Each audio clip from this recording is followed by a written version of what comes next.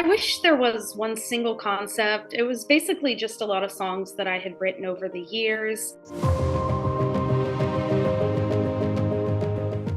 I am a simplistic singer-songwriter. I play acoustic guitar.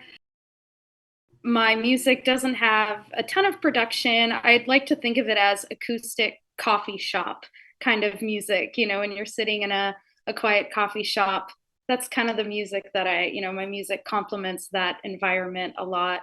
I try to write about real issues, things that are going on in my life. Some people say my music is a little self indulgent because I write whatever is going on in my mind. Acoustic coffee shop singer songwriter. I would say it's more a mix of pop and folk music, kind of old school folk mixed with a little new pop. I grew up in the Midwest and now I'm living in the sunny coast of Florida. My relatives, my aunts and uncles, they all play music in the Dayton area. And from what I heard in the 70s and 80s, and even before, it was a very big music scene, very diverse, a lot of jazz, a lot of blues. I've heard some good things about the music scene in Dayton. Fortunately, I didn't really get to experience it that much. I've mostly experienced the Tampa Bay music scene, which is again diverse, but because we have so many places to play down here, it's a very tourist heavy. I was about 12 years old or 13 years old when we moved down here, and as soon as we moved here, that's when I started doing chorus and theater and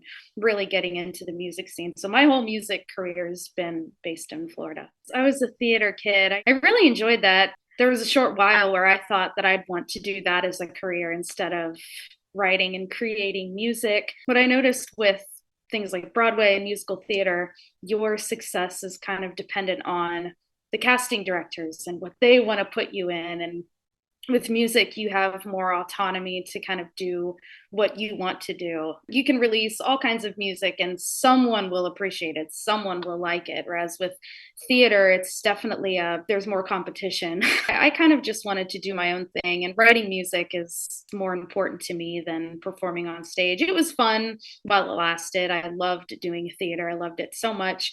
But as a career, I decided I didn't want to go down that path. Went to college and I got a degree in art history. And then I went back and got a second degree in education. So I was going to be a teacher for kindergarten through sixth grade. So the little kids I was going to teach. And then music kind of started, and that became my full time job. It's nice to be able to open up your streaming platform and see how many people are playing your song over and over. And you think about it, you buy a CD at the store, you buy a record, you can play it over in your house a million times, but that's not recorded on anything. The only thing that's recorded is whether you bought the record or not. So it is nice to just be able to look and see how many times your song has been played. I mean, I've replayed so many songs from artists before. I guess the downside is that a lot of labels are just so focused on getting that one single. People say that that's kind of the age that we're living in, and people say that artists aren't making albums anymore. And I don't think that's so much the fault of the artists. I think artists want to make albums. I think it's just the record labels who are creating this environment where albums are no longer relevant. I still like making records. I'm actually going to start working on one this summer. I want to make a full record, but it is nice for streaming to just be able to listen to whatever I want when I want on my phone and on my headphones. Like, that's just a life changer for me. I mean, growing up, I had the Walkman, like the CD player, and it would skip and I'd have to put on my headphones, and it was large and you have to carry it around. So there are ups and downs to streaming, honestly. You could argue all day on the pros and cons. Brave, I wish there was one single concept. It was basically just a lot of songs. I kind of wanted a little bit of everything. I've got, a sweet love song played on piano, and then I have more of a funky, upbeat song with a horn section and everything like that. The title track, Brave, was me just discussing how, even though there's all these horrible things that happen in the world, I think it's up to us as individuals to continue to be brave. I think a lot of times when we see all these terrible things that happen in the world, it's easy to kind of just give up hope and say, well, the world is just terrible and I don't want any part of it. And some other songs where I'm more introspective. In my life, I just kind of want to do the things that I want to do. And I don't really like to follow status quo and the cookie cutter path that everyone else follows. So I write a lot of songs about that. And then there's a couple love songs on there about personal experiences. It was planned to release before COVID. Started working on it in 2018, and the plan was to release in early 2019.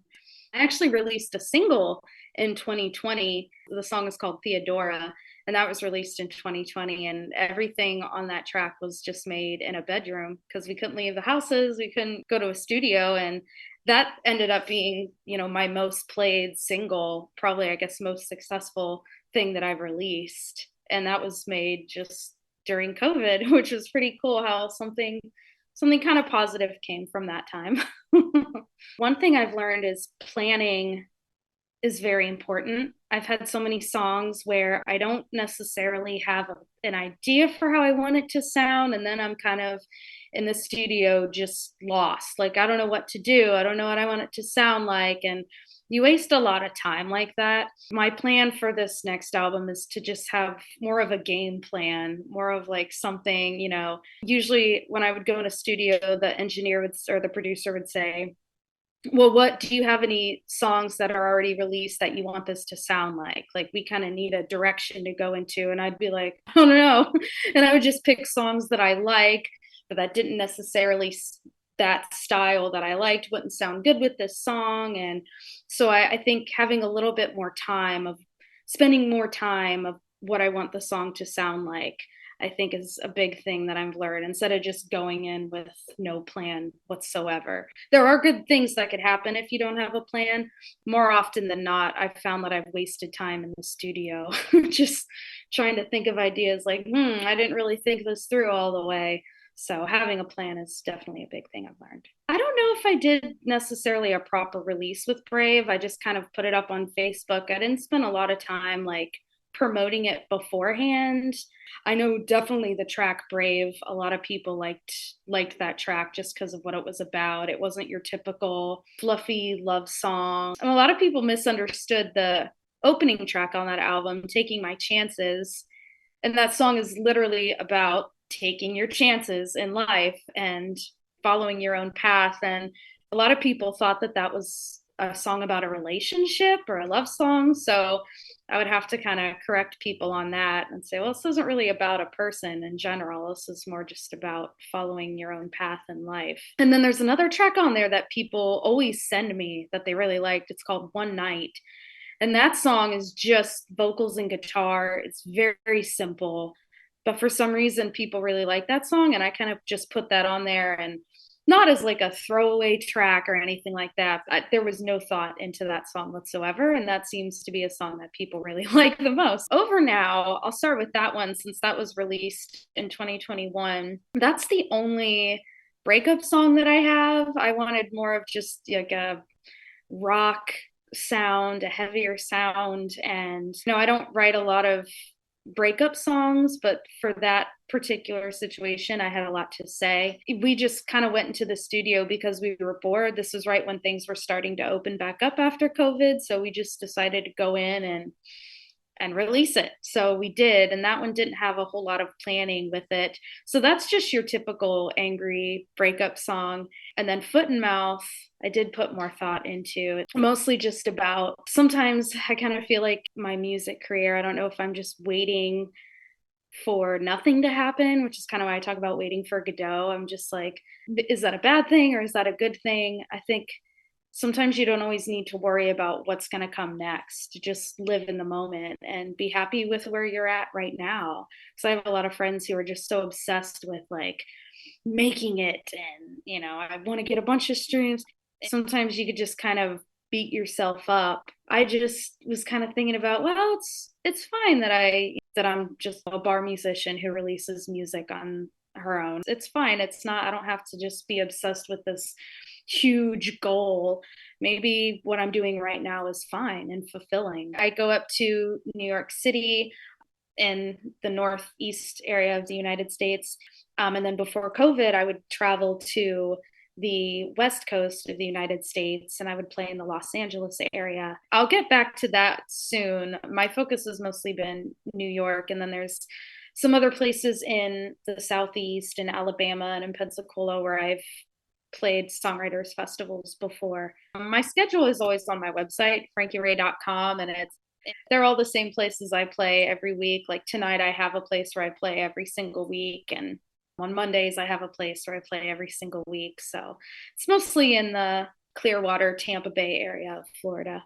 Well, I'll start with 2025. I would love to have my EP released. I have a big bunch of songs that I'd love to just get in and record. I'd like to start recording that over the summer or fall this year so I can release it next year. And that's what I did for Brave. I started recording in the summer of 2018 and I released it in 2019. So I'd like to do the same, start recording in 2024, release it in 2025. I actually have a new vlog series releasing August 15th on my YouTube channel.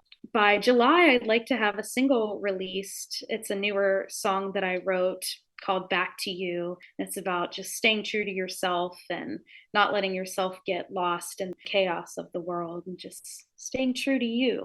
So, yeah, some fun things planned for this year and next year.